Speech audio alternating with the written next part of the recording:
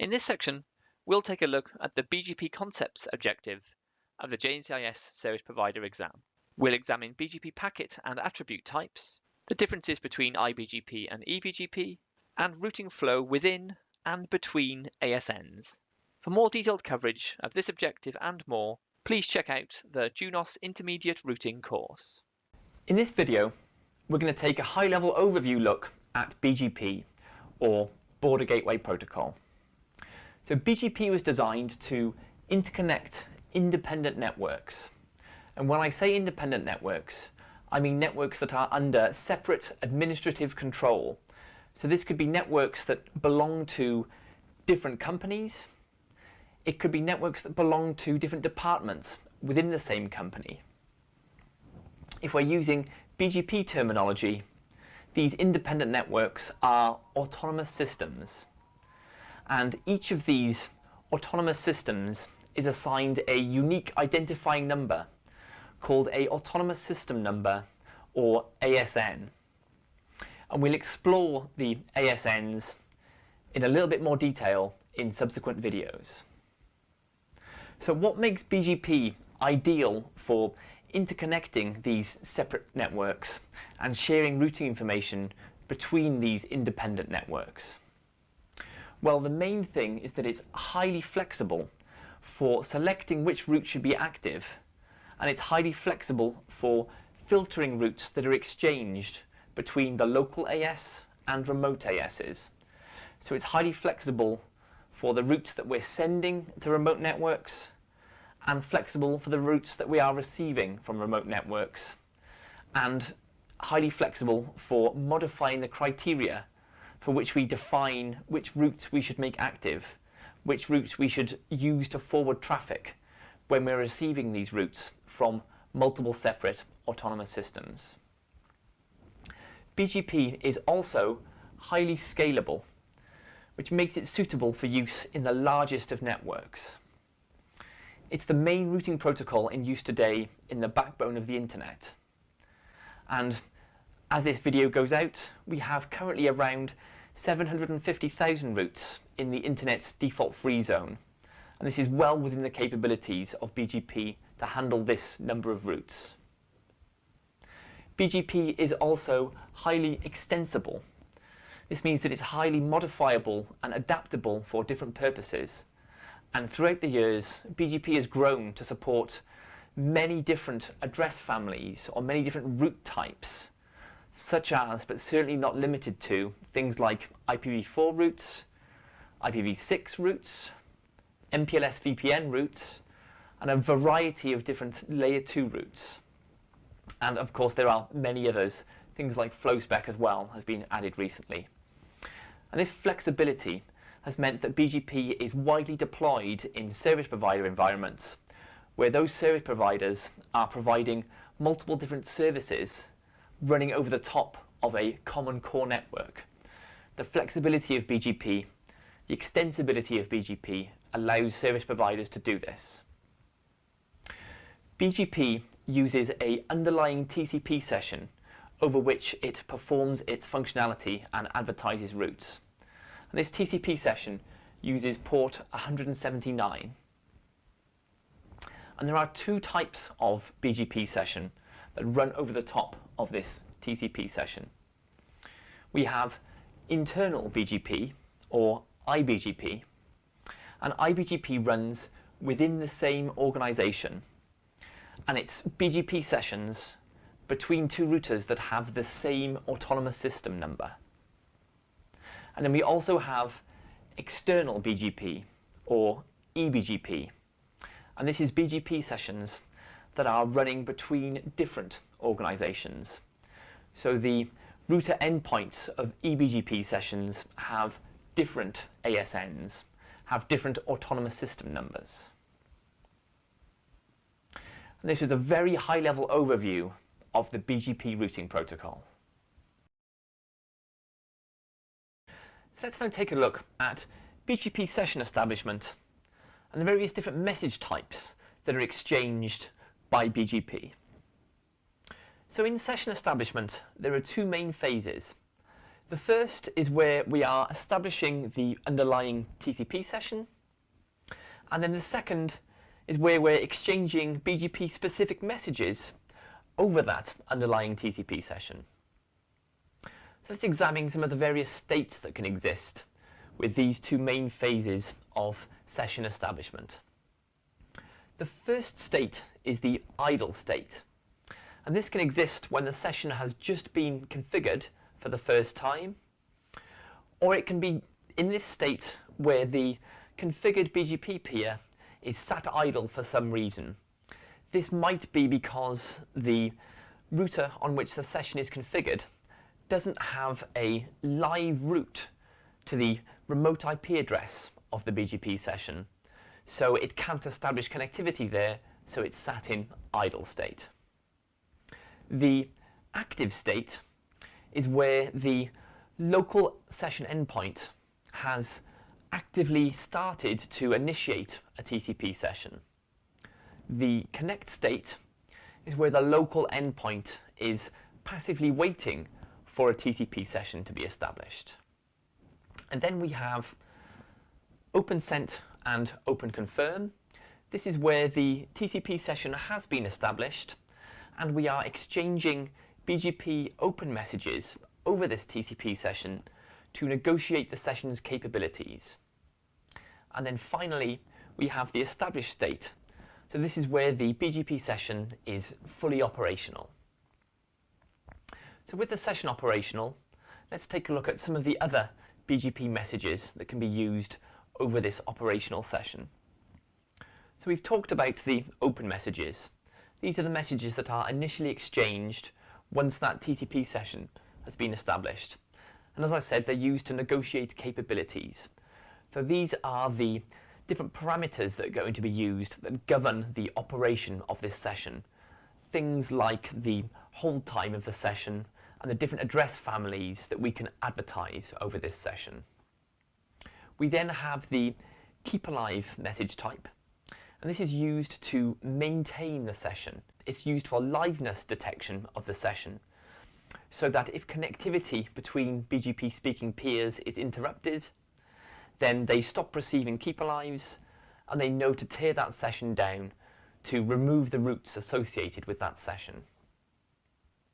We then have the update message, and the update message is what actually contains the routes that are advertised by BGP speakers and routes that are withdrawn by BGP speakers when they're no longer available.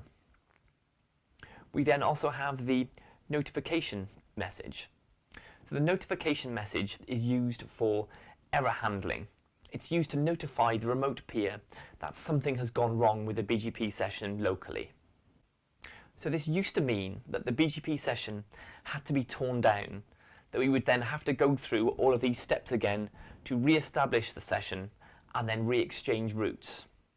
However, there have been fairly recent modifications to the BGP protocol that allow more graceful handling of notification messages.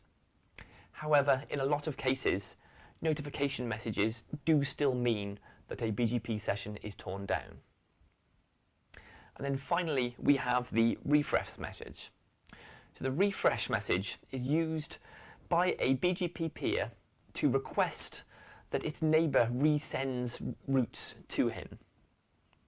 And the purpose of this refresh message is because maybe the local BGP policy has changed and we want to get the remote peer to send us his routes again so that we can reevaluate those routes against our local policy. And this is a quick overview of BGP session establishment and the different messages that make up the BGP protocol. In this video, we're going to take a look at routing flow within BGP and the various different attributes that are in use in BGP. And to illustrate this, I've drawn up a very simple BGP network on the right-hand side of the board. Remember that with BGP, we're using it to provide routing between separate networks, between independent networks, between autonomous systems. And to that end, we have 3 autonomous systems interconnected on the board here, we have AS1, AS2, and AS3. And within an autonomous system, we have internal BGP, IBGP sessions, as you can see here in AS1 and here in AS2. And then between autonomous systems, we have external BGP, or EBGP, as we can see running between AS1 and AS2, and running between AS2 and AS3. So with this simplified topology, let's examine a simplified routing flow between different autonomous systems. Remember, that's basically what we're trying to achieve here. We're trying to achieve routing exchange between these independent entities, between these different ASs. And so let's examine routing flow in more detail. So say AS1 is advertising the 10/8 prefix from his AS to AS2. As this route crosses over EBGP, we are setting our local AS in the AS path.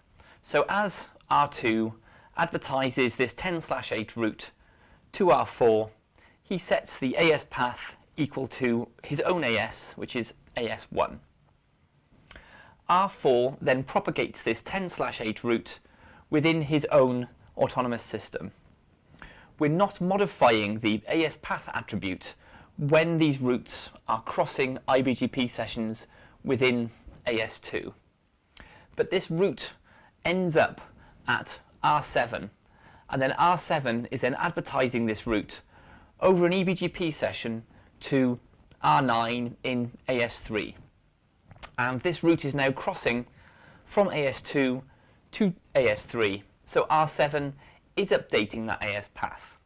So the route, when it arrived to R7, had an AS path equal to 1. He now adds his own autonomous system number to the AS path. So the AS path becomes 1, 2. And this route is then advertised into AS3. And AS path here can be used for two main reasons. One is it can be used for loop prevention. If an AS receives a route with its own autonomous system number in the AS path, he's going to drop that route. And then the second purpose of AS path is to determine what a router thinks is the best path to a particular destination. And with AS path, we're going to be preferring the shortest AS path. So we're going to be preferring the most direct route to a destination autonomous system. Imagine now if AS1 had a direct link to AS3, so we had interconnectivity between R1 and R9. Routes advertised over that session, say the same 10/8 route, would then have an AS path equal to 1. So in AS3, we're then comparing those two routes. One has an AS path equal to 1, another has an AS path equal to 1, 2. So we're then preferring the shortest AS path, the most direct link to that remote autonomous system, and we're selecting that route and we're forwarding traffic across that physical interface that's carrying that BGP session. So we mentioned in previous videos that BGP is incredibly flexible when it comes to this route selection process.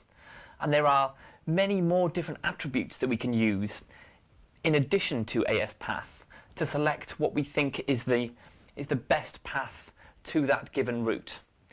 And this is where the big advantages of BGP come into operation. And to select a route based on its attributes in BGP, we follow what's called the BGP selection algorithm. And this is what I've outlined on the left-hand side of the board here. This is what allows us to use all of that various different information stored in those different attributes that are associated with a route to choose which route we want to use across a given path. So let's walk through this BGP selection algorithm now. And the first attribute that we inspect when we're choosing which route to prefer is an attribute called local preference, and we're preferring a high value of local preference. The local preference is an attribute that's used within an autonomous system. It's not propagated outside of the autonomous system boundaries, and it's used to configure local policy. If we come back to our previous example, imagine that we did have this interconnection between AS1 and AS3, and we also have this AS2 route. Imagine that AS3 wants to send traffic to AS1 via AS2 rather than over its direct interconnection. So we want to override the AS path attribute for use of selecting the best route. So in this case we can use local preference. So we select a higher local preference on the path through AS2 compared to the path direct to AS1. And that way we can route traffic according to our own local admin criteria. And this is what we use local preference for. So after local preference, we then compare an attribute called accumulated IGP. Now, accumulated IGP is not currently on the JNCIS SP exam, so we'll ignore that attribute for now. So after that, we then compare AS path length, and we're preferring the shortest AS path length as we've examined previously in this video. If that's equal, we then move on to examining the origin attribute. So the origin attribute is determined by where the route first came from when it was redistributed into BGP. So imagine that a route comes from redistribution from a static route into router 2 to be then onwards advertised via BGP to different BGP speakers. At this point, this is where the origin attribute is set. And there are three values for this. We have IGP, so this is that the route has come from a IGP, OSPF, ISIS. We then have EGP. So EGP is a deprecated protocol that was the predecessor to BGP. We don't often see this in use anymore today. And then finally, we have the unknown origin. So this is where the redistributing router couldn't ascertain the source protocol of where this route came from. If origin attribute is equal, we then move on to comparing the MED attribute. So MED stands for multi-exit discriminator, and in this case we're preferring the lowest MED value. Now, multi-exit discriminator is used by a advertising AS to tell its neighbour where it should send traffic into its autonomous system. And this is best explained by an example. So let's turn to AS1 advertising our 10/8 prefix again. He's advertising this route from R1 to R3 and from R2 to R4. And say AS1 wants to prefer traffic entering his AS for this prefix to come in via the R2 to R4 link. In this case, he advertises a different MED value for this 10/8 route, depending on whether he's advertising from R1 or R2. He sends a high MED on the R1 advertised route and a low MED on the R2 advertised route, and this means that AS2 is going to send traffic via this R2 to R4 link, unless, of course, AS2 has overridden this choice using something like local preference. So if MED's equal, we then move on to our next selection criteria, and this is prefer EBGP learnt routes over IBGP learnt routes. Let's now turn to our example again to discuss this. So imagine that AS1 had not modified the MED attribute, and we're looking at routes from an R3 perspective. He sees this 10/8 route received from R1 over EBGP, and he also sees this route learnt from R2 to R4, but R4 has propagated that route to him over IBGP. Looking at this example, it's quite clear that from an R3 perspective, we're going to tend to want to prefer the eBGP learnt route, because this is our closest exit out of our own autonomous system to the remote autonomous system. If we were preferring the IBGP route, we'd be crossing some of our internal infrastructure to get to a remote egress point before we can then use the eBGP route at that remote egress point to leave our network. So if both of these routes are, say, eBGP learnt or IBGP learnt, we then move on to our next criteria, which is best exit. And this is a follow-on from the eBGP over IBGP rationale, really. And what we're doing with best exit is that we're preferring the lowest IGP metric to the BGP next hop of those routes. So say that we are looking at routes from a perspective of R7 here. And again, we're looking at the 10/8 route. It's come in to R3, it's come into R4. R3 and R4 have both propagated that route over IBGP to R7. R7 can now look at these routes and compare the IGP metric to the IP addressing on these interfaces. And he can choose the best IGP metric to either R3 or R4. And that means that he's going to be choosing the most optimal route across the internal infrastructure of his autonomous system to the exit point of the network. So with best exit being equal, with IGP being equal, we then finally come on to the tie-breaking items of the BGP path selection criteria. And don't worry too much about these, just be aware of their presence. They're only used in tie-breaking scenarios.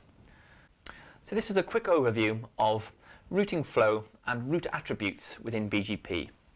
And also we took a look at the BGP route selection algorithm. In this video, we're going to take a look at IBGP design. And inbuilt into BGP, we have some route propagation rules that we must follow. And these rules are present to prevent routing loops within an IGP environment. And these rules are as outlined here on the left-hand side of the board. When we receive a route from eBGP, we are allowed to propagate that to eBGP peers and to IBGP peers. When we receive a route from IBGP peers, we are allowed to onward propagate that to eBGP peers, but we are not allowed to propagate that route to IBGP peers. And let's now see what this means in practice by again turning to our example diagram on the board. And we're going to see how a route flows from AS1 to AS3 via an intermediary AS of AS2. And we have these BGP sessions outlined on the board. We have an eBGP session between R2 and R4, and we have IBGP sessions between R4 and R6, R6 and R5, and R5 and R7. And we've then got another eBGP session from R7 to R9. So let's now flow through how a route is advertised from AS1 across to AS3. R2 advertises this route to R4 over eBGP. R4 is allowed to advertise this route to R6 because this route was received over eBGP and he's advertising the route over IBGP. Now when we come to R6, we run into a problem. R6 is not allowed to advertise this route to R5 because he wants to advertise this route over an IBGP session, and he received this route over an IBGP session. And we return to our route propagation rules, we can see that IBGP received routes to send to an IBGP session are not allowed. So at this point, routing flow stops at R6. So what we need to do to correct this issue is we need to have a full mesh of IBGP sessions between all IBGP speaking devices within an autonomous system. And this overcomes the limitations that are enforced by this route propagation rule. Now, having a large number of IBGP sessions, if you have a very large autonomous system, can become quite onerous. So there are certain techniques that can be used to circumvent this requirement for a full mesh, such as using BGP route reflectors. However, covering route reflectors in detail is out of scope of the JNCIS service provider exam, so we won't go into that in any great detail here. Just note for the exam that if you have a IBGP network, it needs to be a full mesh to overcome these limitations. So this is the number of IBGP sessions we need to have within an autonomous system. We also need to talk about the IP addressing that we're going to peer on for these BGP sessions. Again, let's have a look at an IBGP session between R4 and R6. Now, we could use the IP addresses that are on this interface that's directly connected between R4 and R6. And we can form that BGP session on the IP addressing that's on this interface. However, what happens if this physical interface fails? We've still got a valid path from R4 to R6 via these intermediary routers within our AS. But because we're peering on this physical interface IP addressing, that BGP session goes down, and we're not able to use this alternate path to reach R6. So instead, the recommended configuration for IBGP is to peer on loopback addresses of all your IBGP speaking routers. That way, if we have a peering session between R4 and R6 using loopback addresses, if we lose this direct interconnect between R4 and R6, we can still maintain that BGP session by routing via the indirect path via R3 and R5 to R6. And this was an overview of the different design decisions you need to consider when deploying IBGP. In this section, we're going to take a look at the BGP next hop attribute. So the BGP next hop attribute is set to the peer ID of the advertising eBGP speaker. So looking at our example diagram again, looking at R2 advertising the 10/8 prefix to R4, R2 is setting the next hop value to be the IP address of the interface over which the eBGP session to R4 is formed. And then this route is received via R4. And when it comes time for R4 to actually program this route in its forwarding plane, he's programming the next hop to be that of the IP address X. So any traffic forwarded to destinations within 10/8 are actually forwarded to the IP address X. R4 is then onward propagating this prefix to all other destinations within AS2 over IBGP. And when we're advertising routes over IBGP sessions, we don't modify the next hop attribute. So this route, this prefix, arrives at, say, R8 with a next hop equal to X. So the first thing that R8 does when he receives this route is he does a route lookup on this next hop IP address. And this route lookup fails because R8 doesn't have a route for IP address X in his routing table. This is because we have an IGP running in AS2, but this IGP only has the loopback addresses of our various routers carried within it and the IP addressing on the interfaces that are interconnecting our devices within our AS. So what this means is this route is then flagged as hidden on R8 and it's unusable for forwarding. So what we need to do is we need to get the next hop on this route on R8 to an IP address to which R8 has a route for. So there are two main ways in which we can solve this problem. The first is that we can redistribute these external routes into our IGP, and this means that these routes get to R8, so R8 is going to have a route for next hop X. However, this approach has some downsides. It means that we're increasing the number of routes that are carried within our IGP, and ideally we want our IGP carrying as fewer routes as possible so that we can scale it further and optimize it for convergence.